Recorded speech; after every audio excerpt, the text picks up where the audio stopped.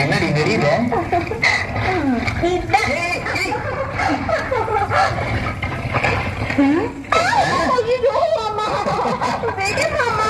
ஐயோ வேண்டாம் மாமா மாமா வேண்டாம் மாமா ஐயோ நான் ஒரு நிறுத்தணும்.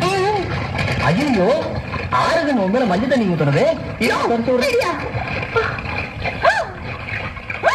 அடியே முதல்ல வீட்டுக்கு போய் ஒழுங்கா தாவணிய போட்டு மூடு.